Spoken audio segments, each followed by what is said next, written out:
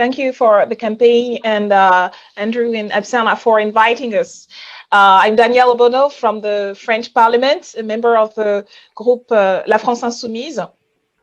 And I'm also representing our president, the president of our parliamentary group, Jean-Luc Mélenchon, who couldn't be here with us because he's actually meeting fellow parliamentarian in Ecuador and in Latin America. And it was a bit complicated to connect with us, but he is with us in spirit because he's been one of the leading political figure in France, advocating on behalf of Julian Assange. He went to see him in London in 2012 at the video conference in 2013, and he's been asking since 2019 for political asylum to be granted to Julian Assange in France.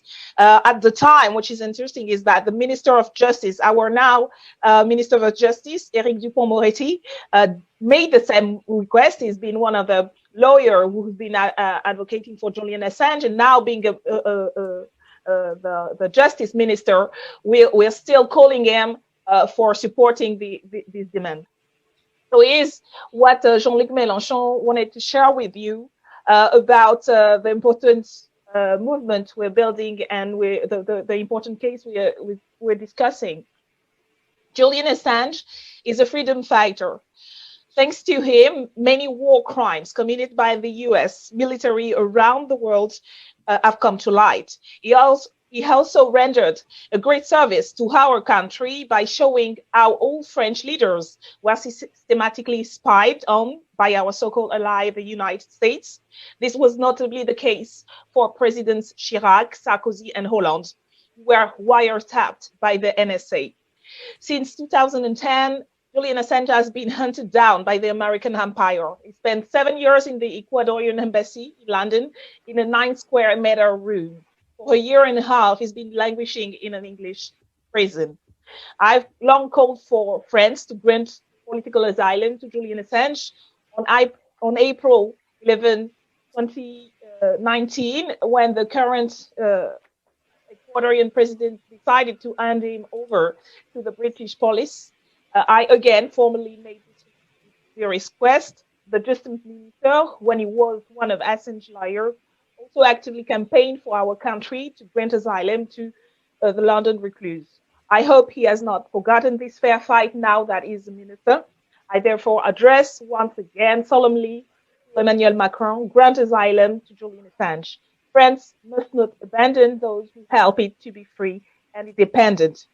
I have to add that we keep on putting the pressure on our government, and Jean-Luc Mélenchon, as well as Mathilde Panot, who is the vice president of our parliamentary group, also nominated journalist Julian Assange for the Nobel Prize, as it's our prerogative as parliamentarian.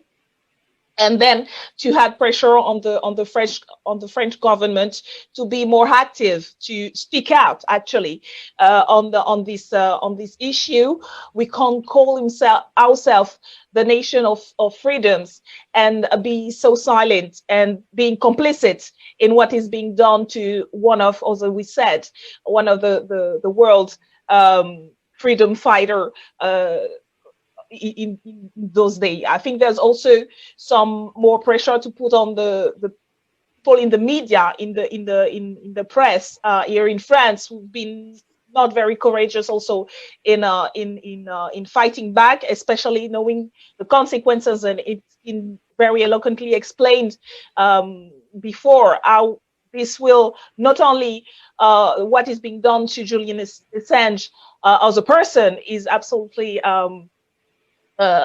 revolting, but what the meaning and the political meaning of what is being done is an attack on freedom, of press freedom, and of all of people seeking speaking truth to power by showing what our government are doing on our names. And I think it's very important also for the media to be, especially in France, to be more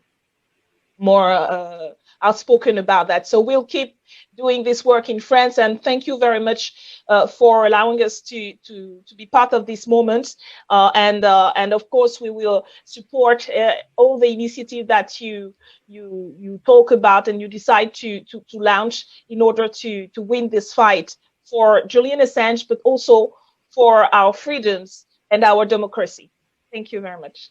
Thanks so much, Danièle. And I think there's so much there as well that I think we've got to take forward there in terms of working together collectively, particularly here, I know, in the UK, and solidarity to you and your leader and your party for everything that you're doing, because I know even from just across the pond over here, I feel the strength of the struggle and the fight that you're currently facing in terms of the freedoms and rights in France as well. So thank you, Danièle. And I'm going to now